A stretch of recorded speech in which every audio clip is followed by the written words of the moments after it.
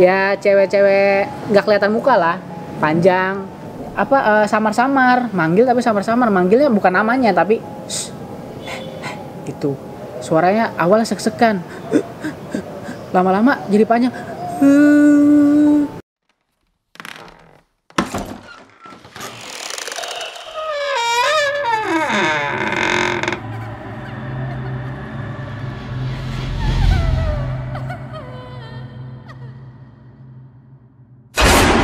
Assalamualaikum warahmatullahi wabarakatuh. Salam lestari buat kita semua. Balik lagi dengan Jambe di ngobrol.com. Nah, pada kesempatan kali ini kita sudah kedatangan narasumber nih, namanya Tutul. Kebetulan kita udah lama kenal, ketemu lagi nih di hari ini gitu loh. Waduh. Apa kabar, Tul? Alhamdulillah sehat. Alhamdulillah. Masnya juga sehat-sehat nih. Semuanya nih. Alhamdulillah. Kalah saya mah. Alhamdulillah, Tul. Yang penting pada sehat semua, rezeki lancar semua. Amin, ya robbal alamin. Nah, boleh dikenalin dulu nggak sama teman-teman? Siap. Oke, assalamualaikum warahmatullahi wabarakatuh. Perkenalin, nama asli gue Noval Rabani. Dipanggil kalau di Tangsel emang Tutul, Tangsel, Jaksel. Tapi kalau Depok ada yang manggil Dudim, ada juga yang manggil Ucup, ada juga yang manggil Asep. Kalau di Jambi itu Asep. Ya senyamannya teman-teman aja lah. Mau yang mana? Yang jelas gue sama Jambe ini udah kenal dari SMA, temen SMA. Bukan satu sekolah tapi satu lembaga. Satu lembaga lah. Lembaga cinta alam waktu satu itu. Payung, ya. satu payung. Gitulah. Dan kita ketemu lagi tuh. Alhamdulillah Kita masih ketemu lagi dipertemukan di kuliah ya. Di kuliah di Gunadarma.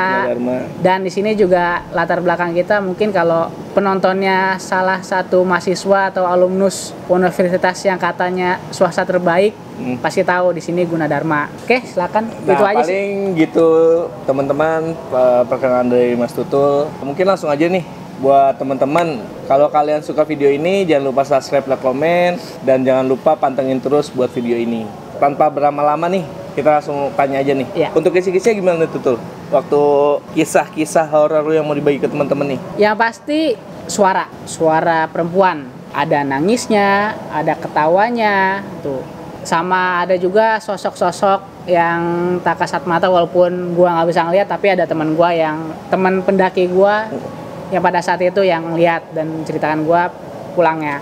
Dan yang terakhir, suasana yang emang gimana sih, horor, mencekam, rada-rada nyesek, itu sih paling itu sih paling kisi-kisinya. Ya udah teman-teman, begitu kisi-kisi dari Tutul, langsung aja kita dengerin cerita dari Tutul.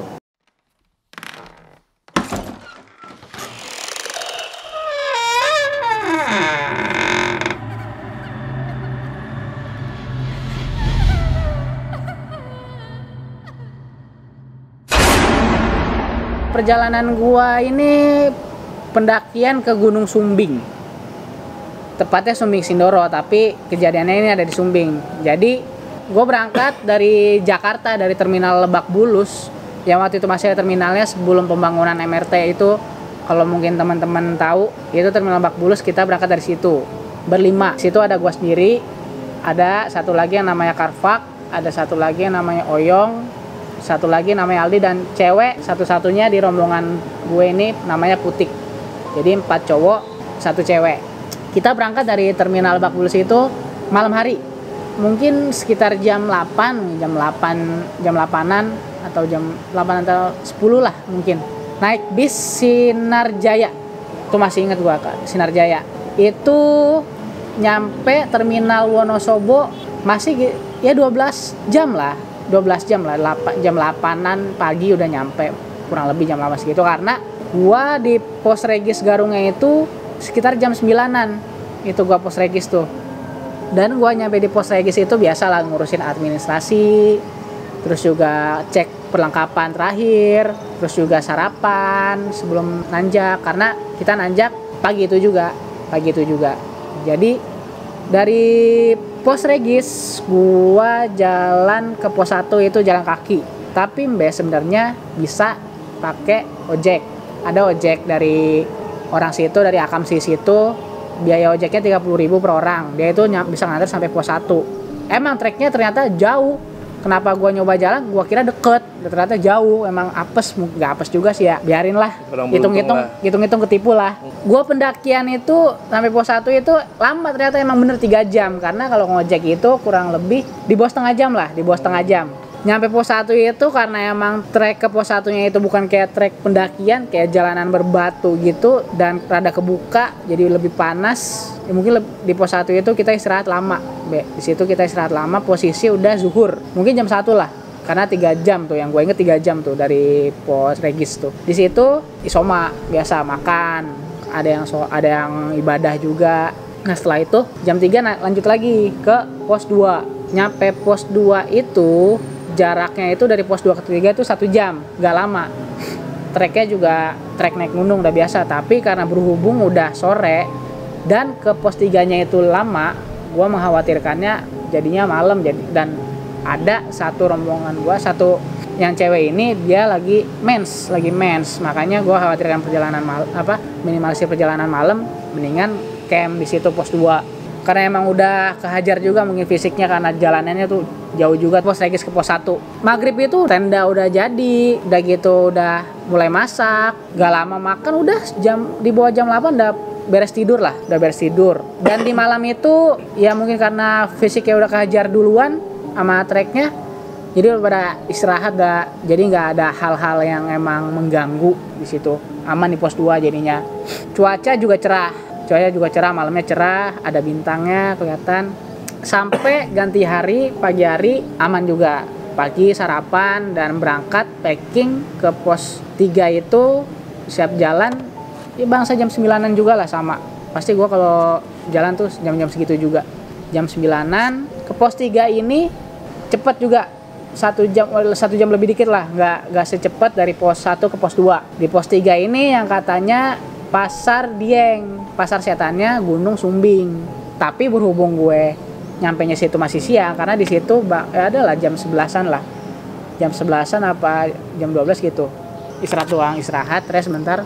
Sampai lepas zuhur baru nanjak lagi. Nah, dari pos 3 ini, dari pasar setan ini ke pos 4 ini, pos terakhir pendakian Gunung Sumbing ini kalau dari Garung, itu yang lamanya. Udah lama. Terus juga treknya nanjaknya lebih miring, dan juga emang kita mau nyampe pos 4 itu mau menjelang maghrib, udah rada gelap. Nah, pos 4 ini namanya Watu Kotak. Di situ karena ada batu gede, ukurannya ya kelihatan kayak kotak, namanya Watu Kotak. Mungkin dari situ kali. Nah, mau nyampe pos 4 ini hawanya itu udah agak berubah. Nggak tahu emang karena udah di atas udah 3.000 mungkin, udah 3.000 apa emang ada hal yang lain. Pokoknya nyampe situ ada satu teman gua yang si Karvak ini, bahwa jarak dari tanjakan terakhir itu sampai ke pos 4 itu adalah bangsa 10-15 menit lah. Nah, di situ dia selama perjalanan itu 15 menit itu dia matanya selalu awas. Si Karvak ini orangnya emang orang-orang yang bisa ngelihat hal kayak gitu. Dia orang-orang indigo. Dia orang-orang yang perasa lah, spiritualnya tinggi mungkin lah, nggak ngerti dia ilmunya di mana itu. Gue ngeh kenapa kayak gitu, karena gue pernah pendakian sama dia ke Pangrango malam.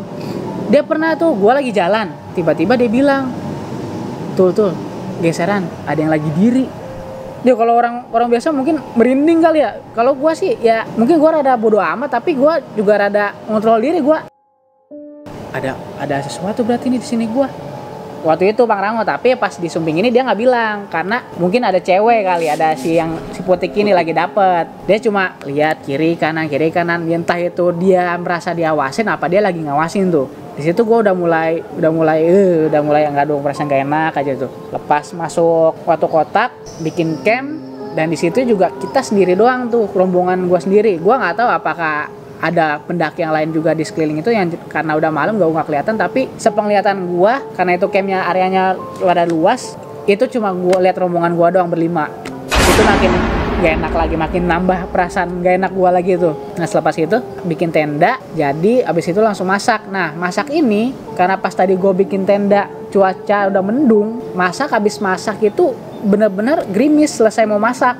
Untungnya udah selesai memasak tuh udah gerimis kecil. Pas udah mau makan tuh udah mulai hujan-hujan kecil, baru mulai hujan kecil. Nah, habis makan tuh nggak lama tuh, gua ngerasa kayak ada yang ketawain gue.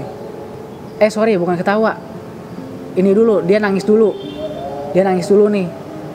Suaranya awalnya sek-sekan, lama-lama jadi panjang. Gue nanya nih sama si Karvak nih, Pak lu denger nggak? Iya tuh gue denger. Berarti kali ini gue nggak salah nih. Biasanya gue cuma denger gue doang nih. Gue nanya orang lain nggak, tapi dia denger nih. Udah, gue langsung mencoba relax. Gue lihat ke Putik karena dia lagi mens. Dia ya rada-rada nggak fokus gitu. Ya rada-rada tatapan kosong juga, tapi masih bisa fokus. Untungnya ada Aldi juga, ada Oyong juga. Maksudnya ada cowok banyak bisa ngehandle. Nah udah nggak lama udah buru-buru tidur aja dah, enakin kan. Takutnya dia juga denger. Gak lama setelah itu si Putik itu ngerasa kayak apa ya, kayak ada yang manggil tapi samar-samar, manggilnya bukan namanya tapi gitu. Di luar tenda, itu semua di luar tenda suaranya. Si Putik ini ceritanya pas udah di Jakarta. Dia nggak berani, dia cuma bilang ke Karvaknya ini, karena Karvaknya bisa ngerasain hal kayak gitu, dia nanya, Pak lu ini nggak sih ini? Si Karvak cuma tenangin, udah tidur udah. Ya udah, si Putik tengah, cowok gua di pojok kanan, sisanya gua nggak tahu tuh pojok kiri, gua lupa tuh Aldi apa si Oyong kalau nggak salah. Pokoknya Karvak di sampingnya Putik gitu, yang jelas buat kalau ada kenapa-napa. Dan Pala juga ngarahnya ke pintu tenda gitu. Dan situ juga suasana tuh masih hujan kecil. Gue juga rada-rada berjaga kan, tidurnya nggak kurang nyenyak karena masih kepikiran suara yang tadi tuh bener nggak sih, apa gimana sih. Dan gue juga pas mau tidur masih ngerasa kayak suara ini baru ketawa tapi ngelengking, kayak awalnya suara kodok dan ternyata ini suaranya ngelengking. Dan gue tanya si Karpak dan dia juga denger, dan gue mikir makin nggak beres nih. Udahlah, gue coba tidur nyenyak, tapi alhamdulillahnya tuh pada bisa tidur lah di bawah jam 12, nggak sampai begadang. Tapi sempat kebangun karena dingin, tapi jadi suges lagi, jadi suka kayaknya ngelihat pintu tenda. Nah itu tenda juga kita buat 2, satu tenda alat, satu tenda emang buat tidur gitu. Jadi takutnya tenda alat tiba-tiba ada yang masukin, dia jaga-jaga juga kan, karena alat di situ semua. Kadang kalau anak-anak ada yang bangun, ngecek, ngelihat, ngebuka doang sih. Cuma gitu, masih rada-rada hawa nggak enak gara-gara tadi mungkin ada ketawa, ada yang nangis gitu. Itu sih paling.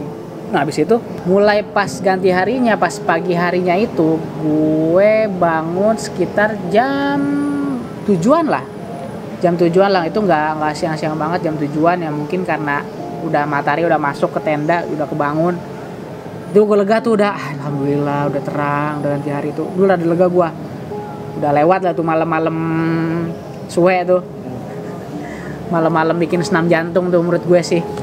Dan habis itu mulailah sarapan, kita mau summit juga kita nggak dari subuh, karena dekat dari Watu Kotak ke puncak Sumbing sejatinya itu dekat. Jadi ya jam segitu, jam 7-an kita udah sarapan, karena emang cuma buat summit doang, karena habis dari summit gue nanti makan lagi. Jadi jam 7, setengah 8 lah gue dan puncak. Camp ditinggal di puncak, biasa foto-foto, ngobrol, terus juga bawa termos tuh isinya minuman anget, teh apa kopi, bawa kopi sama teh tuh, termos 2 minum, biasa lah, foto. Gak lama sih di puncak itu, langsung jam 8-an lah, karena dari ke puncak itu gak nyampe 1 jam, nyampe puncak dari Watu Kotak itu. Nah nyampe situ jam 9-an udah turun lagi. Nah di situ baru masak lagi, makan lagi, sekalian buat sambil makan siang di situ. Karena pas nanti turun gak ada masak lagi. Turun dari Watu Kotak itu gue anggaplah setengah 11, kurang lebih jam segitu. Turun jam segitu langsung bablas, terus gak ada camp lagi, langsung ke base camp. Nah dari Watu Kotak ke Pasar Dieng itu, pos 3 itu lebih cepat. Gue walaupun emang naiknya 3 jam, turunnya itu gue nyampe 2 jam. Gue juga gak bisa cepet juga soalnya itu rada licin tanahnya. Dan ada satu yang bikin lama juga itu si Karpak itu, dia ada bisul dia di pantatnya, jadi nggak bisa cepet-cepet jalannya. Nah di situ posisi udah siang jam 2 mau menjelang sore lah. Dari Pasar Dieng itu pos 3 itu istirahat, biasa istirahat ya, tapi nggak masak, makan snack, minum setengah jam lah mungkin. Asar turun dari situ pos 3 ke pos 2. Di pos 2 itu kita nggak ngeres dikit karena ngeresin si bokongnya si Karpak. Istirahat di situ setengah jam lah, sampai setengah 6, karena nggak lama juga lah karena udah menjelang malam. Nah di situ si Karpak sama kayak waktu pas mau nyampe Watu Kotak, matanya mulai awas tuh, dia ngeliat. Dan ternyata pas dia cerita di Jakarta, dia ngeliat kakek dia ngikutin dari mulai mau masuk pos 2 sampai pos 2 nya itu, apa sampai lepas pos 2 gitu, kakek itu ngikutin. Nah dia juga lihat cewek, nggak tahu tuh cewek yang sama apa di atas pak kagak tuh, cewek juga ya, cewek nggak kelihatan muka lah, panjang, tutupin. Gimana sih kalau lihat hal-hal yang mistis mungkin di film ya gitulah mungkin lah penggambarannya. Bajunya gue lupa, dia bukan baju putih, bajunya baju biasa tapi dress panjang. Dia si Karpak bilang dia ngikutin sampai lepas pos 1. Iya, lepas pos 1 sampai mau masuk pos 1 juga yang ceweknya itu. Kalau yang kakeknya dia sampai lepas pos 1 doang, pos 2 doang. Nah, kalau si ceweknya ini dia sampai pos 1. Dan ini gue juga khawatir. Nah, itu tuh di situ juga si Putik juga udah dia udah mukanya rada kelihatan lebih stres daripada biasanya, maksudnya nggak fokus, udah mulai panikan tapi nggak kelihatan dikeluarin gitu menurut yang gue lihat aja kemarin itu. Dan emang juga si Karpaknya juga jalannya lama karena juga sakit juga tuh, makanya udah hati-hati banget tuh jalan turun. Dah perasaan was-wasnya muncul lagi tuh kayak waktu di malam di Watu Kotak. Alhamdulillah nyampe pos 1 itu udah treknya ojek. Nah di situ udah gak ada lagi ngerasain apa-apa udah situ. Tapi di situ udah makin malam tuh, cuman udah suasananya udah, walaupun kebon, suasananya juga udah rada-rada mencekam juga karena udah makin malam. Ya tapi itu aja sih, sampai turun sampai base camp pos Regis, alhamdulillah nggak ada apa-apa sih.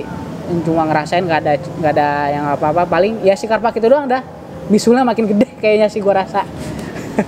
Itu sih paling cerita gua di Sumbing. Nggak tahu mistis banget apa enggak, horor banget enggak ya, mungkin lu bisa lihat sendiri lah dari pandangan lu sendiri. Nah mungkin kan gue udah dengar nih cerita dari itu Tul. Mungkin ada beberapa poin itu yang bakal gue tanyain dari cerita lu. Ya. Si Putik itu kan udah ketahuan menstruasi dari awal ya. Dari nyampe Wonosobo. Sampai Wonosobo dia dapat mens. Nah, kalau nggak salah sih itu tuh. Waktu ngerasain di Watu Kotak, waktu pos sebelum summit tuh, itu kan lu sempat dengar suara tangisan dulu dan baru ketawa. Iya, tangisan dulu. Itu hanya lu berdua atau memang sebenarnya teman-teman lu dengar semua tapi pada nggak mau cerita waktu di situ? Kalau waktu di TKP, gua sih nggak berani ngomong ya. Gua berani ngomong ke Karpak doang karena dia yang emang ngerasa yang lebih spiritualnya lebih tinggi lah. Gua nggak berani ngomong ke yang lain.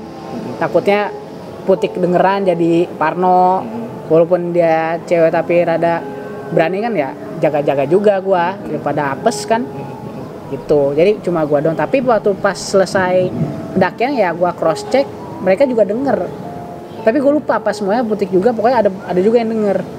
Cuman di saat malam itu ya lu taunya lu dan Karpak. Tutup mulut aja itu, yang lainnya mungkin. Karena memang sebenarnya kalau misalkan di gunung, ketika kita mendengar sesuatu atau merasa sesuatu, kita sebenarnya harusnya diem dulu. Nih baiknya nih teman-teman kalau hal kayak gituin simpen dulu aja, nggak usah latah. Takutnya terjadi hal yang tidak diinginkan kan. Benar-benar. Itu poin lah buat teman-teman di rumah gitu. Ya. Nah terus yang kedua tuh mungkin siapa sosok kakek-kakek ini? Penampilan seperti apa menurut Karpak? Si Karpak sih bilang dia bukan kuncen juga, nggak bilang kuncen juga, nggak bilang juga meninggal di situ juga, cuman mungkin sosok biasa. Ya apa mungkin Akamsis itu ya di situ kan juga masih dekat perkebunan warga. mungkin ya dulunya petani mungkin. Carfax nggak mendetailasi jelas, tapi yang jelas itu ngikutin kalian. ngikutin dan emang sosoknya ini kelihatannya kayak pribumi. Dan si cewek pun mengikuti juga ya, bentuknya tadi dress panjang. Ya, dress panjang, gue lupa warnanya tapi jelas bukan putih. Bukan putih ya. Panjang, biasa muka ketutup rambut, itu yang menurut si Carfax lihat tuh. Terus ini tuh mungkin pertanyaan terakhir dari gue tuh. Setelah lu pikir-pikir nih sama temen-temen, sebenarnya ada hubungannya nggak sih si Putik ini dengan kejadian apa yang lo ngalamin di Watu Kotak, terus kakek-kakek, terus dengan sosok perempuan dengan dress panjang itu? Walau alam ya Mbak, walau alam sih menurut gua ya. Kalau emang itu semua bersangkutan ya gua nggak heran. Gua nggak heran kalau itu semua nggak bersangkutan juga ya gua juga nggak mikirin banget. Maksudnya ya walau alam sih, maksudnya kalau emang terjadi kayak gitu gua wajar kita main di tempat yang berbeda dan itu juga pasti ada penunggunya. Gua rasa juga walaupun Putik nggak match juga mungkin juga bisa kejadian. Itu kan kembali lagi gimana kita itikat baiknya di tempat itu. Sama aja ya? Iya, menurut gua sih lebih itu nggak ngaruh lah sama match sebenarnya mah. Tapi match mungkin bisa lebih memperburuk keadaan mungkin ya. Memperburuk keadaan kali bagi orang yang dengan mistis parno. Ya. Iya, gitu. Nah, terakhir itu poin buat temen-temen di rumah nih, apa aja sih yang bisa lu kasih saran atau apa buat temen-temen di rumah? Apa ya? Fisik udah jelas, fisik mental udah jelas. Yang pasti dibekalin lah sama ilmu. Dibekalin sama konfliknya, harus tahu dipelajarin medannya.